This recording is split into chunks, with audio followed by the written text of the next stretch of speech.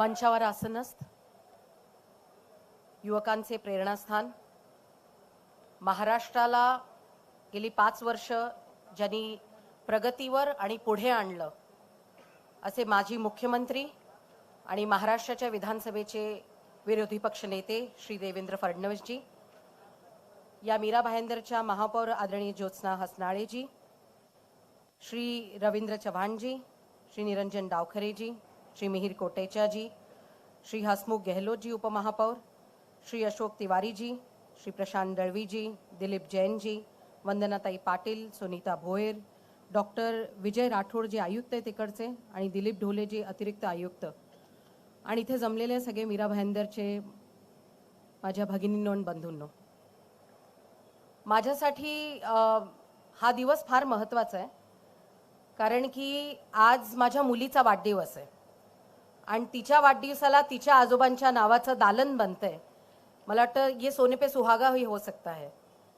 तिने तिच्या आजोबांना कधी बघितलं नाही, पण जेव्हा मी तिला निघताना सांगितलं की मी या कार्यक्रमाला जाते आहे, तर माणसाची आणि भारतीय जनता पार्टीत राहणाऱ्या कार्यकर्त्याची उंची ही फक्त आपल्याला नाही तर माझ्या मुलीलाही दिसली की आजोबा बाबा काय करायचे आणि बाबांना इतके लोक कसे आठवण करतात. तर मला वाटतं तो भारतीय जनता पार्टीचा पिंड आहे आणि हे माझं सौभाग्य आहे की मी अशा एका नेत्याची आणि कार्यकर्त्याची मुलगी आहे की त्यांच्या विचारांनी जेव्हा मी चित्रफित सुद्धा बघितली, खरी गोष्ट आहे की त्यांना नाट्य संगीत हे खूप आवडायचं आणि माझ्या आईलाही ते नाटकात काम करता करताच भेटले होते. त्यांचं लग्नही तसं झालं. मला वाटतं एकच प्यालामध्ये प्रमोदजी आणि माझी आई रेखा महाजन यांनी काम केलं होतं नाटकात. फक्त त्यांनी बहिणीचं काम केलं होतं माझ्या आईनी, नंतर ती वहिनी झाली माझ्या काकांची.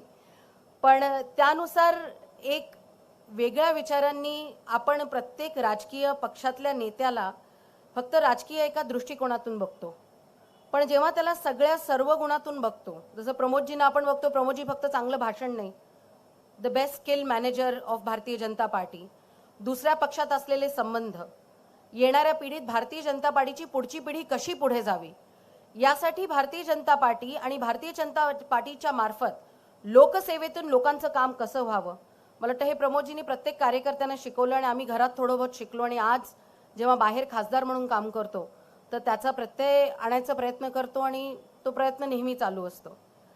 त्यामुळे या कलादानाच्या भूमिपूजनासाठी मला बोलवलं ही माझ्यासाठी एक सुवर्ण संधी आहे.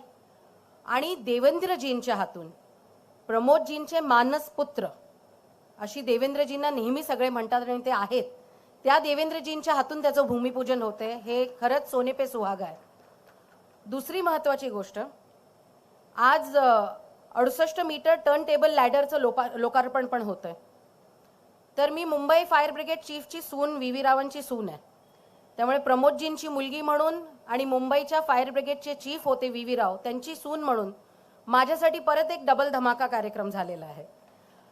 आणि मला अजूनही लक्षात आहे, माझे सासरे आता राहिले नाहीत, पण मी माझ्या सासूबाईंना फोन लावला आणि विचारलं कि डैडी ने तो पहले ही कभी टर्न टेबल की लैडर लाई थी बहुत पहले. तर पहिली महाराष्ट्रात आणि पूर्ण देशात मुंबई, मला वाटतं 1979-80च्या वेळेस, तेव्हा मला वाटलं त्या ह्याचे ऑफिसर होते माझे सासरे, तेव्हा पहिली 30 मीटरची टर्न टेबल लॅडर ही व्ही रावांनी आणली होती. आज आणि 68 मीटरच्या लॅडरसाठी मी इथे आले. ती पण माझ्यासाठी एखादी मला वाटतं आशीर्वाद असतो, तुम्हाला वडिलांचा आणि सासऱ्याचा आशीर्वाद घेऊन मी इथे आले. त्यामुळे या पद्धतीने कार्यक्रम जेव्हा होतो त्याच्यातून ज्या पिढीने त्या पिढीला बघितलेलं असतं त्या पिढीने त्या विचारांनी पुढे घेऊन जातो, हे आपल्यासाठी फार महत्त्वाचं आहे. लोकांना जेव्हा आपण प्रकल्पातून घरं देतो, आप सबको घर मिले हैं, घर कितना ज़रूरी है एक महिला ज़्यादा जानती है अच्छे से. और जब वो घर मिलता है, वो चाबी जब हाथ में मिलती है और सबके चेहरे पे खुशी थी और देवेंद्र जी का हाथ पकड़ पकड़ के धन्यवाद आप दे रहे थे, तो मैं जानती हूँ कि घर जिंदगी में सपना ही आदमी का एक घर होता है, एक छत होता है, उसने अपना परिवार आगे ले जाए. तो आप सबको बहुत बहुत बधाई और आप खुश रहे उस घर में. और मैं महापौर साहेबा तुम्हाला मनापासून धन्यवाद देऊ इच्छिते. आश्वासनं भरपूर होतात, पण भारतीय जनता पार्टीचाच विचार आहे की आश्वासनातून तो विश्वास जागृत करून लोकांना आपण सगळं सुपूर्द करतो, हीच शिकवण भारतीय जनता पार्टीतून आहे. त्यामुळे मनापासून धन्यवाद. मी एवढंच सांगेन अंततः की प्रमोदजींच्या नावाने पूर्ण देशभरात काही ना काही कार्यक्रम होतात, कलादालनं होतात, भरपूर असे NGO ही बनतात. पण मला हे बरं वाटतं की आज मीरा भाईंदर मध्ये सुद्धा नरेंद्र मेहताजींनी मला सांगितलं की पूनमजी तुम्हाला यावंच लागेल. आणि नरेंद्रबाई हे नेहमीच जेव्हा भारतीय जनता पार्टीच्या कामात त्यांनी काम केलंय, प्रमोदजींचं नाव ते कधीच विसरले नाहीत. आणि ही मेड शुअर, हे मी इंग्रजीत बोलते, त्यांनी हे ठरवलं की पूनम महाजननी इथे असायलाच हवं. त्यामुळे नरेंद्रभाईंना मी मनापासून धन्यवाद देऊ इच्छिते. प्रमोदजींचे एक पठ्ठे कार्यकर्ते म्हणून पुढे निघाले आणि त्यानुसारच हा कार्यक्रम पुढे असाच कार्यकर्त्यांनी पुढे न्यावा. इथे 1 महिन्यापूर्वी किंवा काही महिन्यांपूर्वी आदरणीय स्वर्गीय बाळासाहेब ठाकरेंच्याही कलादालनाचं भूमिपूजन झालं. तर प्रत्येक पक्ष आणि महाराष्ट्रातला प्रत्येक कार्यकर्ता हा आपल्या नेतृत्वाला लक्षात ठेवतो. ही फार महत्त्वाची गोष्ट आहे आणि त्याच परंपरेला आपण पुढे घेऊन जातोय. माझ्या मतदारसंघात सुद्धा आदरणीय बाळासाहेब ठाकरे आणि प्रमोदजींच्या नावावर म्हणजे एस वॉर्डमध्ये आम्ही मैत्री पार्क म्हणून एका मोठ्या गार्डनची सुरुवात केली आहे. आणि अशाच मैत्रीतून आणि विचारातून महाराष्ट्र एक वेगळ्या पद्धतीने दिसतो की ज्या विचारातून आपण पुढे आलो आहोत, या महाराष्ट्राच्या या इतिहासातून, महाराष्ट्राच्या विचारातून, तेव्हा आपल्या पिढीने जे काही एवढं वैभव बघितलंय, पण त्याआधी केलेल्या पिढीचा संघर्ष आपण लक्षात ठेवलं तर प्रमोदजींचं वाक्य ते शेवटी सांगते कि जो इस देश के, जिस देश ने अपने इस देश को, हर किसी ने जो बलिदान दिया है, उस बलिदानी को भूलेगा तो देश हर वक्त परकी आक्रमणों के चंगुल में आएगा.